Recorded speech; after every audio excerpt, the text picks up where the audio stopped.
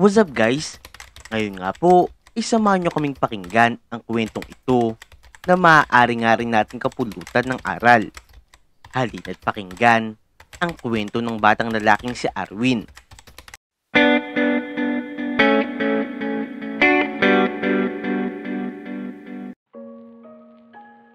Hindi maitatanggi ng batang si Arwin na tila mayroong kakaiba sa trato sa kanya ng kanyang mga kapatid. Kahit kasi siya ang pinakabata sa mga ito, siya rin ang madalas na pagkaisahan ng kanyang mga kapatid. Hindi naman niya alam kung bakit, ngunit ramdam na ramdam niya na galit ang mga ito sa kanya. Minsan nga, para bang hindi niya kayang tawaging pamilya ang mga taong nakakasama niya. Isang gabi, kakauwi lamang ni Arwin galing sa kanyang eskwelahan. Buong araw ang kanyang klase, kaya sobrang nga siyang pagod na pagod. Kumakalam na rin ang kanyang sikmura sa sobrang gutom. Dumiretso nga si Arwin sa kusina. Napangiti siya noong mayroon siyang makita na mayroong nakatabing ulam sa lamesa. Sa sobrang pagkagutom, dali-dali nga siyang kumuha ng kanin at nagsimula na nga rin kumain. Pambihira naman oh! Ano ka ba? Bakit mo kinakain ang pagkain ko? Biglang nabulunan si Arwin noong marinig ang boses ng kanyang kuya Ronnie. Dali-dali siya napatayo sa sobrang gulat. Kuya, sorry. Hindi ko naman alam. Sa'yo pala ang pagkain na to. Kakarating ko lang kasi. Hindi pa rin ako kumakain. Gutom na gutom ako. Ano ngayon? Wala akong pakialam kahit gutom ka. Dapat nagtanong ka muna bago mo kinain yan. Kahit kailan, PG ka talaga. Galit na sabi ng kanyang kuya Ronnie. Sa mga sandaling ito, inapayuko na lamang si Arwin. Sorry talaga kuya. Sobrang gutom na gutom lang talaga ako. Dapat kang turuan ng leksyon para magtanda ka. Wala ka nang ambag dito. Napaktakaw mo pa. Bulyaw muli ng kanyang kuya. Matapos nitong magsalita, itinapon nga nito ang pagkain sa sahig. Oh, yan na. Kumain ka. Ituloy mo ang pagkain mo. Di ba gutom ka? Sige, kainin mo yan. Nanlaki naman ang mga mata ni Arwin. Hindi siya makapaniwala sa ginawa ng kanyang kuya. Kuya naman, bakit mo ginawa yan? Sayang naman ang pagkain no. Hindi ko na pwedeng kainin yan. Bingi ka ba? Ang sabi ko, kainin mo yan. Ano pang hinihintay mo? Dalian mo, kainin mo yan. Nagawa pa nga nitong hawakan ng ulo ni Arwin at inginudngod ang mukha sa sahig. Kuya naman, aray, tama na. Sa tensyon nga nilang dalawa, ay nagsidatingan ang kanyang nanay at tatay at ang isa pa nga niyang kuya na si Jolo. Ronnie, ano ba ginagawa mo sa kapatid mo? Saad ni Aling Mara. Ito ang kanilang nanay. Ay, hayaan niyo na ako. Dinidisiplina ko lang to. Tingnan niyo naman kasi, napakatakaw. Pati yung pagkain ko, pinapakialaman. Dapat lang to sa kanya. Tama na yun anak. Arwin naman, bakit mo naman kasi kinain yung pagkain sa lamesa? Para yun sa kuya mo. Pasensya na po, Nay. Gutom na gutom lang po talaga ako. Sobra po kasing pagod ko sa eskwelahan. May pagkain ba po ba para sa akin? Asa ka pa? Wala ka namang ambag dito sa bahay Pabigat ka lang. Ang kanyang kuya Jolo naman ang nagsalita. Bakit kasi nabuhay ka pa sa mundong to? Sana, hindi ka nilang namin naging kapatid. Magkakaroon na nga lang kami ng kapatid. Katulad mo pa. Muling sambit ng kanyang kuya Ronnie. Puro problema na lang talaga ang binibigay mo sa amin. Salod ka talaga. Maging ang kanilang tatay na si Mang Delfin ay nagsalita na rin. Nanlilisik pa nga ang mga mata nito. Tila nagpantig ang tenga ni Arwin sa kanyang mga narinig. Teka nga, bakit ba palagi niyo na ako pinag-iinitan? Hindi ko maintindihan kung bakit napakainit ang dugo niyo sa akin. Magkakapatid naman tayo, di ba? Parang hindi niyo ako pamilya kung ituring niyo. Wala naman akong ginagawang masama sa inyo. Bakit ba kayo ganito sa akin? Paghihinakit niya. Gusto mo ba talagang malaman ng katotohanan? Kung bakit kami palaging galit sa'yo? Pero baka hindi ka handa sa katotohanan. Dal, gusto mong malaman ng totoo, di ba? Saad ng kanyang Kuya Jolo. Anong ibig mong sabihin, Kuya Jolo? Galit kami sa'yo dahil bunga ka ng kasalanan. Anak ka ni nanay sa ibang lalaki. Kaya para sa amin, hindi ka naman talaga namin kapatid. Walang may gusto na mabuhay ka sa mundong to. Walang gusto na maging kapatid ka namin. Pagtatapat ng kanyang Kuya Jolo. Isa kang pagkakamali. Kaya hindi ka namin matatanggap. Kailanman. Hindi. Dagdag pa ng kanyang Kuya Ronnie. Nanlambot talaga ang mga tuhod ni Arwin sa kanyang narinig. Halos mapaluhod na nga rin siya. Huminga siya ng malalim. Tsaka binalingan ang kanyang mga magulang. Hindi siya makapaniwala sa kanyang mga nalaman. Nay? Day? Totoo po bang sinasabi nila? Sabihin niyo po sa akin. Nagbibiro lang po sila, di ba? Hindi naman po yung totoo, di ba? Mabuti pa. Kayo na lang ng nanay mo ang mag-usap. Yun na nga lamang ang nasabi ni Mang Delfin at tumalikod na nga ito. Maging sila Jolo at Ronnie ay umalis na rin. Sa puntong yun, si Arwin at ang kanyang nanay na lamang ang naiwan sa kusina. Nay naman, pakiusap. Ipaliwanag mo po sa akin na nangyayari. Hindi ko po talaga maintindihan. Totoo po ba talaga sinasabi nila? Namumuon na nga rin ang luha sa mga mata ni Arwin. Anak. Oo. Totoo ang lahat ng sinasabi nila. Noon kasi, nagkaroon ako ng relasyon sa ibang lalaki. Hanggang sa nabuntis ako. Pero matagal na rin nangyari yun. At pinagsisihan ko na yun. Paliwanag ng kanyang nanay. Tulala talaga si Arwin sa kanyang narinig. Hindi siya makapaniwala na ang katotohanan pala, hindi niya kadugo ang tinuturing niyang tatay na si Mang Delfin. Nay, bakit naman ganito? Ako po, pinagsisihan niyo rin po ba na ipinanganak mo ako? Anak, hindi. Kung alam mo lang, mahal na mahal kita. Gusto ko nang ipagtanggol sa tuwing inaapi ka ni Delfin at ng mga kapatid mo. Pero nakikita mo naman, di ba? Wala rin ako magawa. Dahil napakalaki ng kasalanan ko sa kanila. Alam ko na ako ang nagkamali. Kaya patawarin mo ako. Kung madalas, wala akong magawa sa tuwing kakaiba ang trato nila sa'yo. Saad ni Aling Mara habang inihimas ang likod ni Arwin.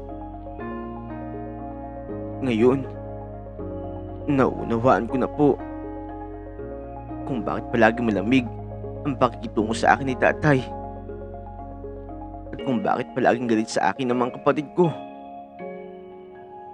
Yan po pala ang totoo. Hindi na nga talagang napigilan pa ni Arwin na mapaiyak. Anak, Pasensya ka na. Dahil kailangan mo pang pagbayaran ang kasalanan ko. Siguro, mas makakabuti na lang kung huwag ka na lang gumawa ng mga bagay na ikakagalit ni Delphine at ng mga kapatid mo para hindi ka na nila pag-initan. Ayoko din naman na palagi kitang nakikitang malungkot dahil sa kanila. Nasasaktan din ako para sa'yo. Opo, Nay. Hanggat maaari, ako na lang din po ang iiwas. Pero Nay, gusto ko rin po makilala ang totoo kong tatay. Sino po ba siya? At nasaan po siya? Bakit pinabayaan na lang din niya ako? Tanong ni Arwin. Umaasa siya na muli niyang mararamdaman ang pagmamahal ng isang tunay na ama. Dahil ilang taon na nga siya namumuhay na malamig ang pakikitungo sa kanya ng tinuturing niyang pamilya. Eric. Eric ang totoong pangalan ng tatay mo. Pero hindi mo na siya makikilala. Dahil matagal nang patay ang tatay mo. Sa pagkakaalong ko, nagkaroon siya ng sakit. Patawarin mo talaga ako, anak, kung ngayon ko lang naipagtapat ang katotohanan. Sambit ni Aling Mara. Tila sinaksak ang puso ni Arwin sa kanyang mga nalaman. Hindi niya mapagtanto kung ano ang dapat niyang maramdaman. Pero mas nananaig ang lungkot at bighati sa kanya. Dahil sa kanyang mga nalaman, mas lalo pa nga rin siya nanliit para sa kanyang sarili.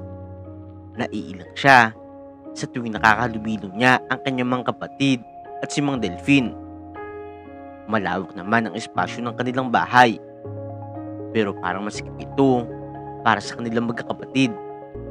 At ramdam niya na wala pa rin siyang puwang sa kanilang pamilya. Ganoon pa man, wala siyang magawa kung hindi tiisin ang pang-aapi ng kanyang amain at ng kanyang mga kapatid. Kasabay noon, palagi nga rin niyang dinadalaw ang puntod ng kanyang tatay.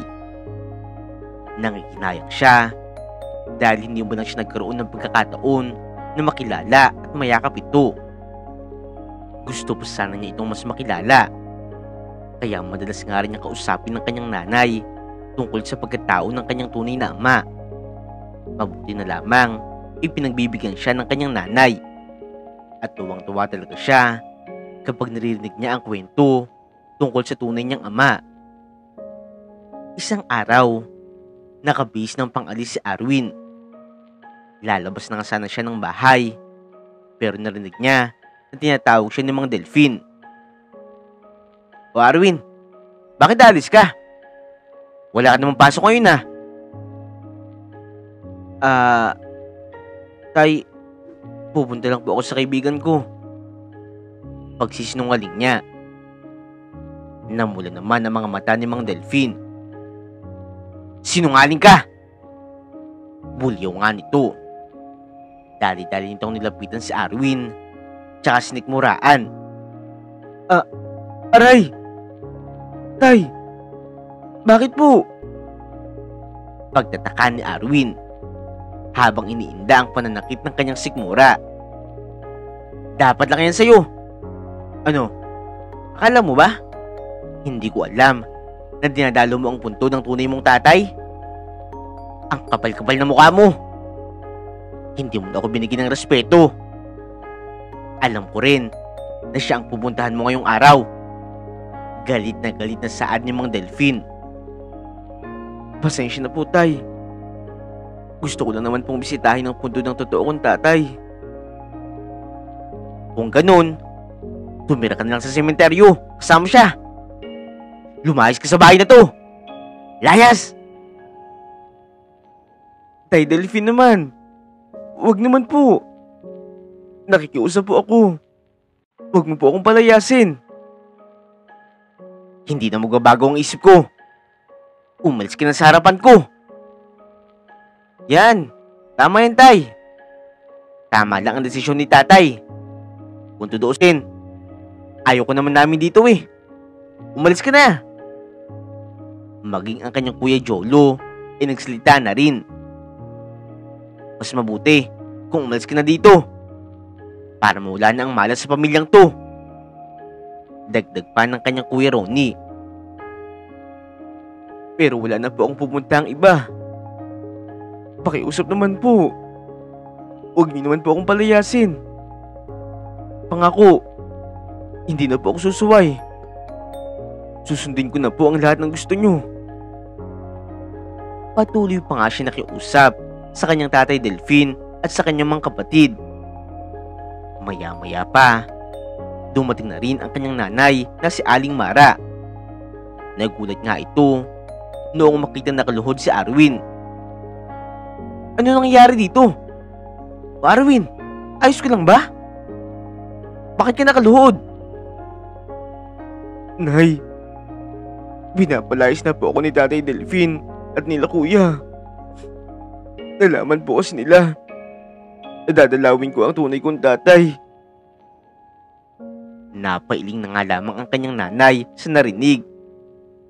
Agad nitong kinausap ang kanyang asawa at ang dalawa pang anak.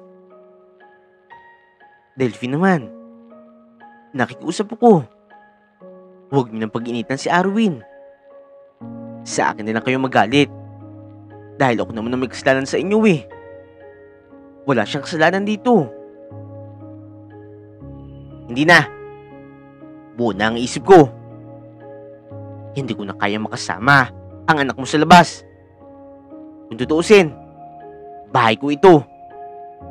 Kaya ako lang din ang may karapatan na magdesisyon. Paninindigan ni Mang Delfin. Nay, sino po bang mas matibang sa puso mo? Kami? O ang bastardong si Arwin? Tanong ni Ronnie. Hindi naman nakasagot agad si Aling Mara. Tila naiipit na nga ito sa nag-uumpugang bato. Makalipas pa nga ang ilang minuto bago nito nagawang makasagot. Maya-maya pa, binalingan nito si Arwin. Anak, pasensya na. Pero mukhang wala na akong magagawa. Hindi ko kakayanin kapag nasira ang pamilyang to. Siguro, tama sila. Mas makakabuti talaga kung umalis ka na lang muna dito. Saad nga nito habang namumuo ang luha. Bumagsak naman ang mga balikat ni Arwin. Napagtanto niya na maging ang kanyang nanay ay hindi siya kayang ipagtanggol. Dahil doon, wala na nga na siya nagawa. Kaya umalis na lamang din siya. Sinubukan nga rin niyang lumapit sa mga kamag-anak at mga kaibigan niya. Pero ni isa sa mga ito ay walang makatulong sa kanya. Dahil doon, nagpalaboy-laboy na nga lamang siya sa daan. Namuhay na nga lamang siya sa pamamagitan ng pamamalimos. Mabuti na lamang, maraming nagbibigay sa kanya ng pera at maraming naaawa sa kanya. Kahit papaano, nakakapagpulog pa nga rin siya sa kanyang alkansya. Kapag gabi naman, naglalatag na lamang siya ng karton sa bangketa para makapagpahinga siya. May mga pagkakataon na nakikita siya ng kanyang mga dating kaklase at pinagtatawanan siya ng mga ito. Mas lalo nga talaga ng liit si Arwin sa kanyang sarili. Hindi niya akalain na mas lalo magiging kaawa-awa ang kanyang buhay. Isang araw, naisipan niyang dalawin ang puntod ng kanyang tatay. Alam niya na hindi na nga niya ito makakausap pa. Pero gusto pa nga rin niya magsumbong sa mga pinagdadaanan niya ngayon. Tay, sayang naman po no? Dahil hindi mo na kita nakilala ng personal. Hindi mo na tayo nagkasama. Siguro, kung nabubuhay ka po, ipagtatanggol mo ako sa lahat ng mga nangaapi sa akin. Sambit niya habang nakatingin sa puntod ng kanyang tatay. Maya-maya, naramdaman niya na mayroon naglalakad sa kanyang likuran. Paglingon nga niya, ay doon niya nakita ang isang matandang lalaki. "O iho, di ba ikaw yung lalaki na mamalimos sa labas ng simbahan?" Tanong ng matanda. Opo sir. Ako po si Arwin." Magalang na sagot ni Arwin. "Ako naman si Mang Wilson. Sa totoo lang, matagal na kita pinagmamasdan. Mukhang maayos naman ang itsura mo ha. Pero bakit namamalimos ka sa kalsada?" Saad ng matanda. "Komportable naman po ang buhay ko noon. Pero nagbago po ang lahat noong malaman ko na anak lang po pala ako sa labas ng nanay ko. Pinalayas na po ako ng amain ko at ng mga kapatid ko. Galit sila sa akin. Palagi po nila akong inaapi at tinatawag na bastardo." Pagkukwento ni Arwin. Nahabag naman si Mang Wilson para kay Arwin. "Grabe naman palang ginagawa nila sa'yo. Kahit na ganun, hindi ko pa nila dapat tinatrato ng ganun. Pero naunawaan ko naman po sila. Ayaw nila akong tanggapin dahil bunga po ako ng isang pagkakamali. Kahit nga po ako nahihirapan po akong tanggapin ang tunay kong pagkatao. Kahit na sa susunod, huwag mong hahayaang apihin ka ng ibang tao. Huwag mong hahayaan na maging ganito na lang ang buhay mo. Kung ako sa'yo, magsikap ka at patunayan mo sa mga taong nangahamak sa'yo na mayroon ka pa ring mararating at hindi ka lang isang pagkakamali." Payo ni Mang Wilson. Natulala naman si Arwin sa kanyang mga narinig.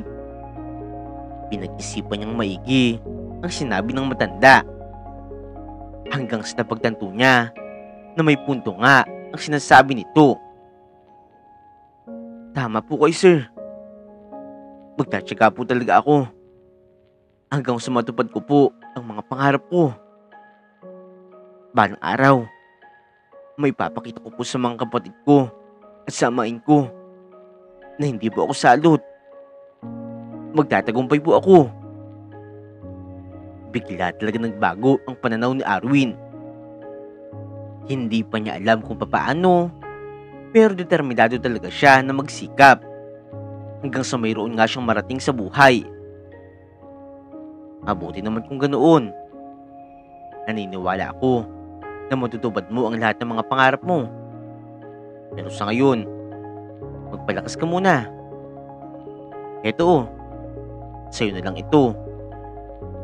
Saad ni Mang Wilson habang inaabot ang supot na naglalaman ng pagkain. Dali-dali naman itong tinanggap ni Arwin at kinain na nga rin niya ang laman nito. "Salamat po talaga sir. Napakasarap po nito." "Wala yun. O siya, may una kita ha. Dinalaw ko lang din yung puntod ng kamag-anak ko. Pero kailangan ko na rin umalis dahil may pupuntahan pa ako." "Sige po sir, mag-iingat ka po. Salamat po ulit dito." Noong maiwang mag-isa si Arwin, ay muli niyang tinitigan ang puntod ng kanyang tunay na ama. Ipinangako niya dito na aayusin nga niya ang kanyang buhay.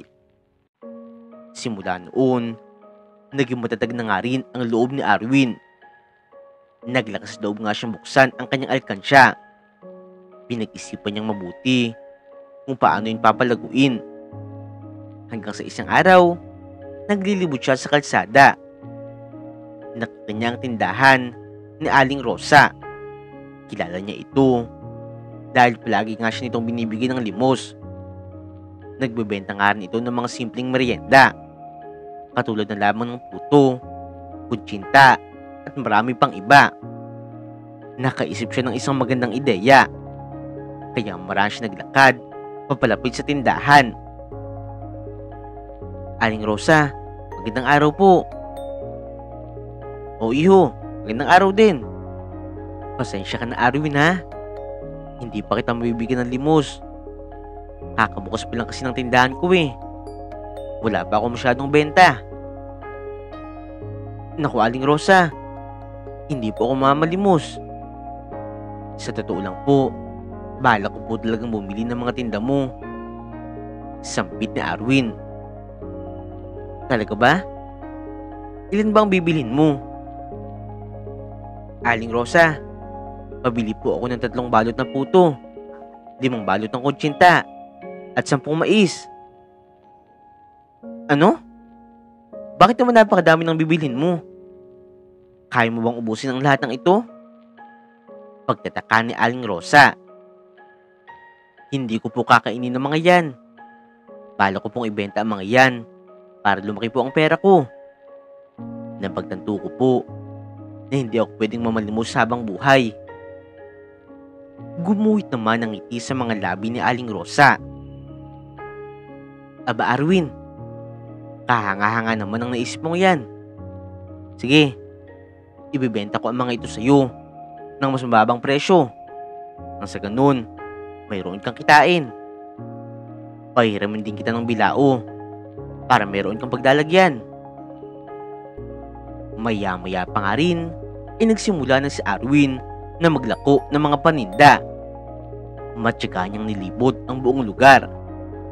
Sa kabutiang palad naman, marami ang bumili ng mga ibinebenta niya.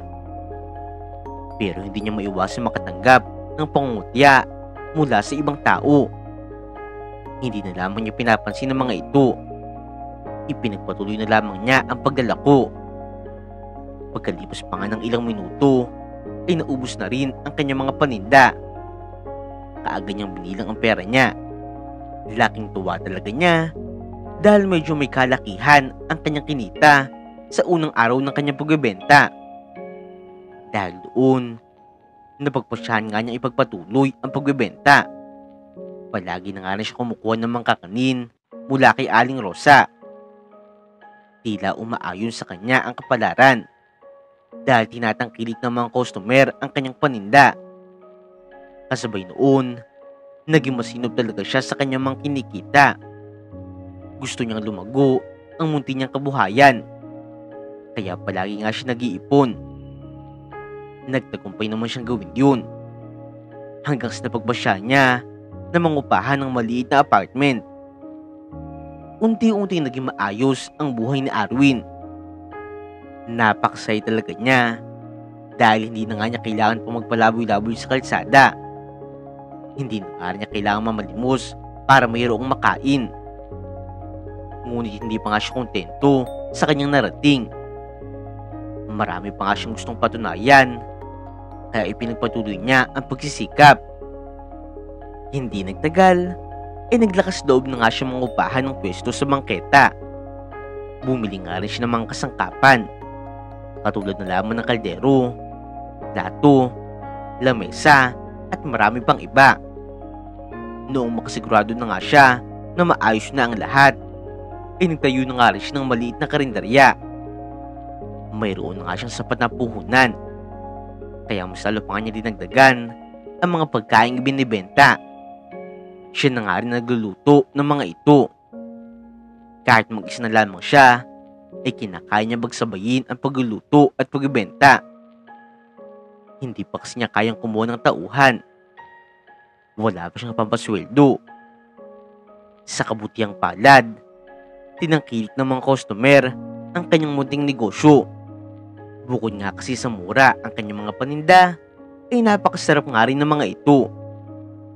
Nagpatuloy ang magandang takbo ng buhay niya hanggang sa lumipas pa ang mga taon. Isang gabi, naglalakad si Arwin papasok sa apartment na inuupahan niya.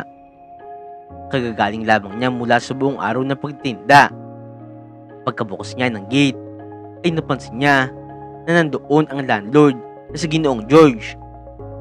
Kaagad nga niya itong binati. "Magandang gabi po, Mang George." Pagbati ni Arwin. Magandang gabi rin, Arwin. Sa totoo lang, kanina pa kita hinihintay. Gusto lang kita kausapin. Tungkol naman po saan? Arwin, natutuwa ako sa'yo dahil napakasipag mo. Mula sa pagiging palaboy noon, nakapagpatayo ka na ngayon ng maliit na kainan. Pero naniniwala ako na pwede mo pa yung mapalago. Mali mo, balang araw, maging isang sikat na kainan ang negosyo mo. Gusto ko nga pong gawin yun eh. Pero sa ngayon po, hindi ko pa alam kung papaano. Tsaka medyo naubos na po ang ipon ko. Kaya sa ngayon din po, wala pa po akong mailalabas na puhunan. Bakit hindi ka muna mangutang sa mga lending company? Kung gusto mo, tutulungan kita. Handa akong pumirma bilang garantor.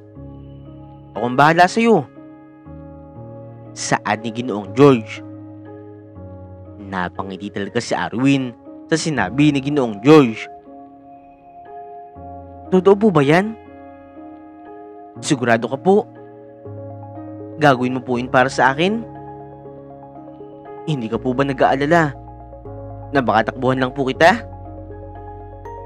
Ano ka ba, Arwin? Malaki ang tiwala ko sa iyo. Tsaka alam ko na hindi mo gagawin yun. Alam ko na magtatagumpay ka. Sige po, Mang George. Marami po talagang salamat. Buong puso ko pong tatanggapin ang tulong na inaalok mo. Yan na po siguro ang susi para sa pangarap ko. Walang anuman. O siya, magpahinga ka na. Gumising ka ng maaga bukas at sabay tayong pupunta sa lending company. Ako ang bahala sa'yo. Kinabukasan, napakaagang gumising ni Arwin. Dali-dali siya nag-almusal at naligo at nagbihis na rin. Noong masigurado na maayos na ang kanyang sarili, kaagad na nga siyang lumabas ng kwarto. Paglalabas pa lamang niya ng bahay, ay bumungad na nga sa kanya ang kanyang landlord. O Arwin, kakatukin pa lang sana kita eh. Mabuti naman, nakahanda ka na. Oo naman po, Mang George.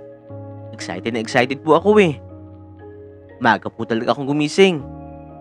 Tara na po. Ilang minuto pa nga ang makalipas, noong makarating na nga sila sa lending company, ay nasikaso na nga rin sila ng mga staff. Kilala nga dito si Ginoong George, kaya madali nga rin naaprubahan ang kanilang loan. Masayang masaya nga talaga si Arwin noong matanggap na niya ang pera. Mang George, maraming salamat po talaga sa tulong mo sa akin. Dahil po sa iyo, meron na po akong karagdagang puhunan. Napakalaking tulong po talaga nito. Walang anuman, Arwin. Basta ipagpatuloy mo lang pagsisikap mo. At sigurado, aasenso ka balang araw. At malapit na mangyari yun. Opo, gagawin ko po talaga yan. Hindi po ako titigil hanggat hindi ko naabot ang pangarap ko.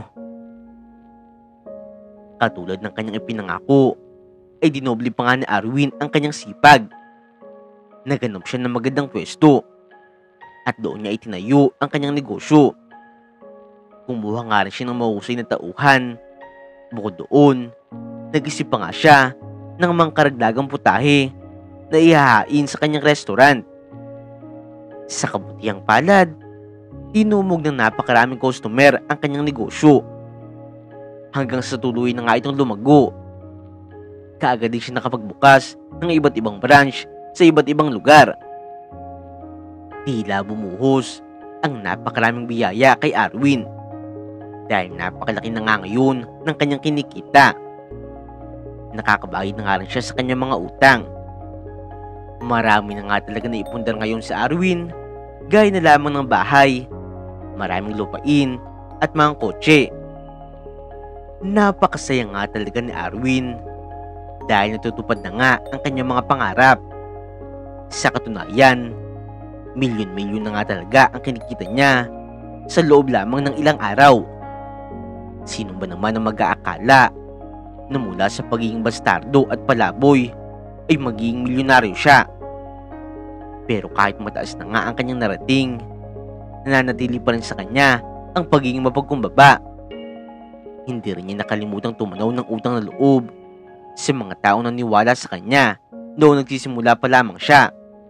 Masasabi niya na ibang-iba na nga talaga ang buhay niya ngayon. Pero kahit na ganoon, may gusto pa nga rin siyang balikan mula sa nakaraan. Hanggang ngayon, madalas pa nga rin siya dumalaw sa puntod ng kanyang tunay na ama. Hindi rin naaalis sa kanyang isipan ang kanyang nanay. Aminado siya na masama pa nga rin ang loob niya dahil hindi nga siya ito ipinagtanggol noon. Pero gusto pa nga niya itong makita para kamustahin. Alam niya na walang mangyayari kung patuloy siya magkikimkim ng galit. At kahit pagbalik-balik na rin ng mundo, ay ito pa rin ang nag-iisa niyang nanay. Kung tutuusin, sa iisang probinsya lamang sila nakatira. Pero matagal na nga rin siyang walang komunikasyon dito. Hindi rin naman ito nagtangkang alamin ang kalagayan niya. Alam din naman niya na itinutuon lamang ng kanyang nanay ang pansin nito sa pag-aasikaso sa kanyang mga kapatid at sa kanyang amain. Hanggang sa isang araw, naglakas loob nga siya magtungo sa dati nilang bahay.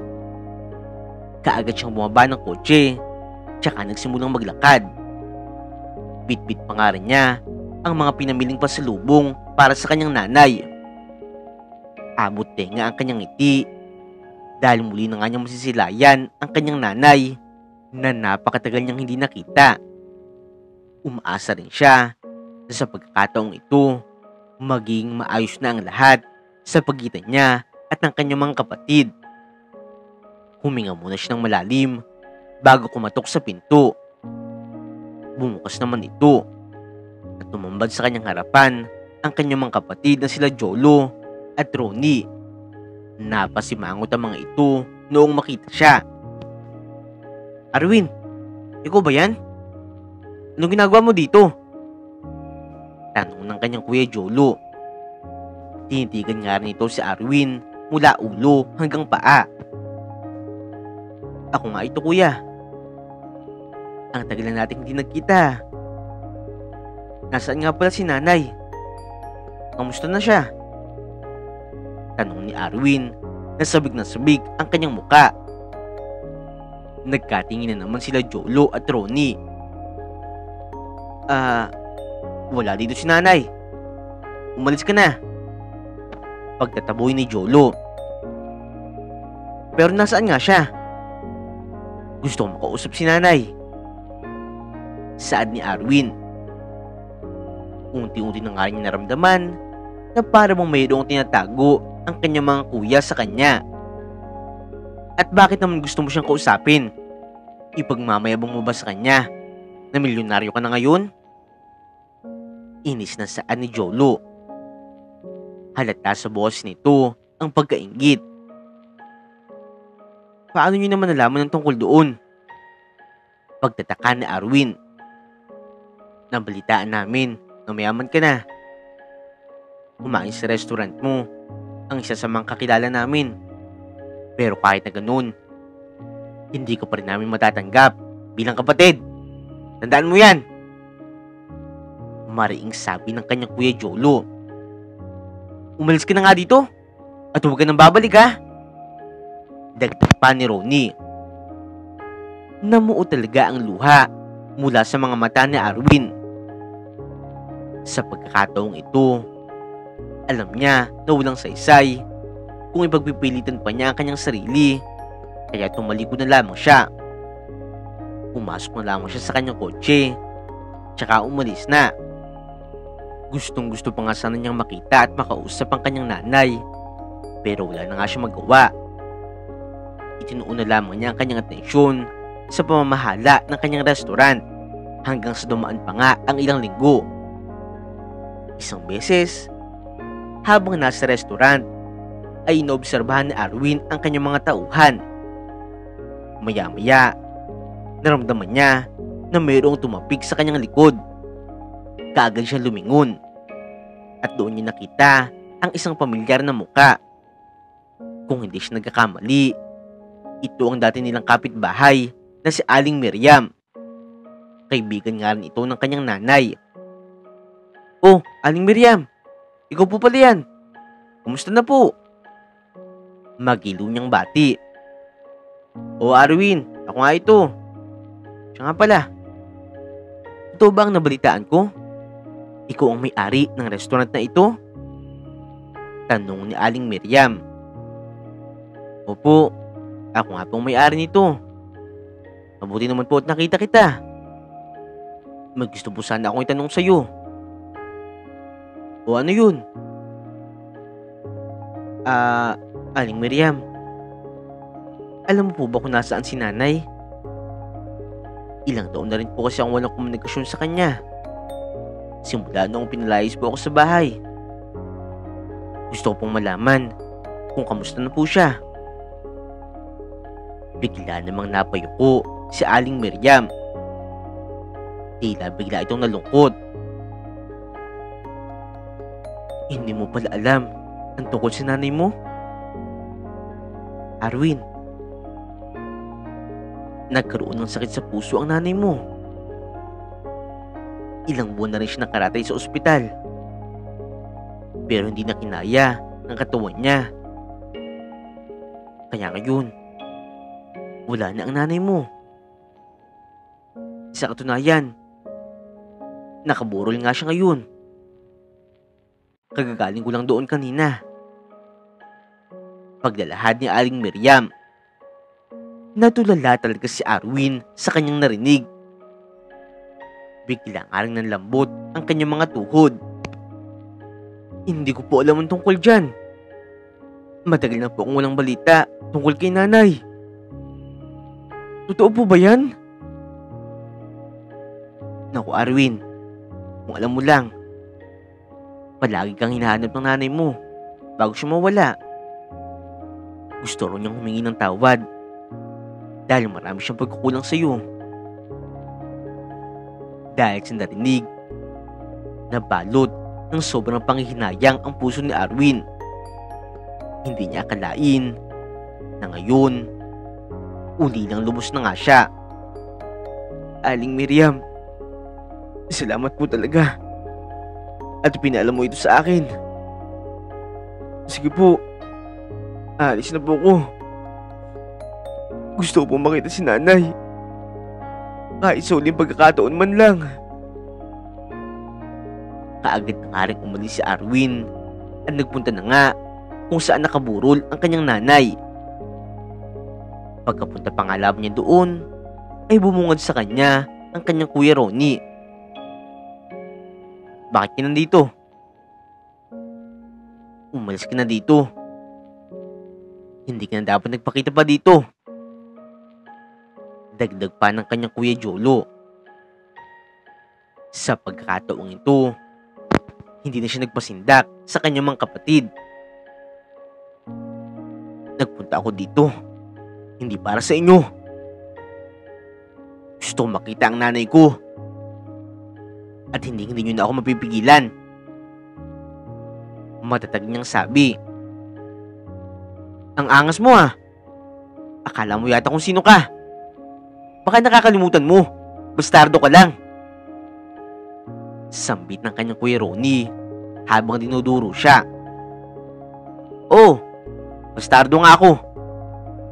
Pero hindi yun sapat na dahilan para ipagkait mo sa akin ang tunay kong nanay. May sakit na pala siya noong pumunta ako noon sa bahay. Pero hindi nyo man lang sinabi sa akin. Kung ako sa inyo, hayaan nyo akong pumasok dito. Kung hindi, magkakagulo talaga tayo. At pare-parehas tayong mapapahiya sa mga bisita." Pagbabanta ni Arwin. Bigla naman nagkatinginan sila Jolo at Ronnie. Nasindak ang mga ito kay Arwin. "Sige na nga, Pumasok ka na sa loob. Pero huwag ka na magtatagal ha. Hindi na lamang umimik pa si Arwin. Pagkus, unti-unti nga siyang humakbang papasok sa loob. Habang naglalakad, natanaw na nga rin niya ang kanyang amain na si Mang Delfin. Sinubukan niyang umiti, pero hindi nga siya nito pinansin. Hinayaan na lamang niya ito at ipinagpatuloy ang paglalakad. Hanggang sa makarating na nga rin siya sa kanyang nanay. Sunod-sunod ang pagpatak ng kanyang mga luha noong makita ang mukha ng kanyang nanay. Nay, nandito na po ako. Pasensya na po dahil ngayon ako nakarating. Patawarin mo po ako dahil nagtanim ako ng galit sa iyo. Siguro naipid ka nga lang sa sitwasyon natin, kaya hindi mo ako nagawang ipaglaban noon. Saad niya habang umihikbi. Hindi na siya nagatubiling yakapin ang kabaong ng kanyang nanay. Halos maglupasay na nga rin siya sa sahig sa matinding emosyon. Wala siyang pakialam kahit nagtitinginan na nga siya ng mga tao. Saglit pa nga siya nanatili sa loob. Pero pagkalipas ng ilang minuto ay umalis na rin siya. Aminado si Arwin na sobrang sakit ng kanyang loob ngayon. Dahil masasabi nga niya na ngayon, uli lang lubos na nga talaga siya. Pero kailangan pa rin niyang tanggapin ang kanyang sitwasyon. Alam niya na kailangan pa nga rin niyang lumaban at maging masaya kahit mag-isa na lamang siya ngayon. Kung tutuusin, marami pa rin siyang dapat ipagpasalamat dahil sunod-sunod pa rin ang biyayang natatanggap niya. Magmula nga rin noon, unti-unti na nga rin lumalapit sa kanya ang kanyang mga kuya. Nanghihingi ng tulong ang mga ito. Kahit masama ang mga ginagawa ng mga ito noon sa kanya, pinagbibigyan pa rin niya ang mga ito. Dahil para sa kanya, kapatid pa rin niya ang mga ito. Kahit napakasagana na nga ng buhay ngayon ni Arwin, ay hindi niya maikakaila na mayroon pa rin namumuong lungkot sa kanyang puso. Palagi na lamang din siya napapatanong kung kailan ba niya mararamdaman ang ligaya na nararamdaman ng iba at kung kailan nga ba niya mahanap ang tinatawag na pamilya.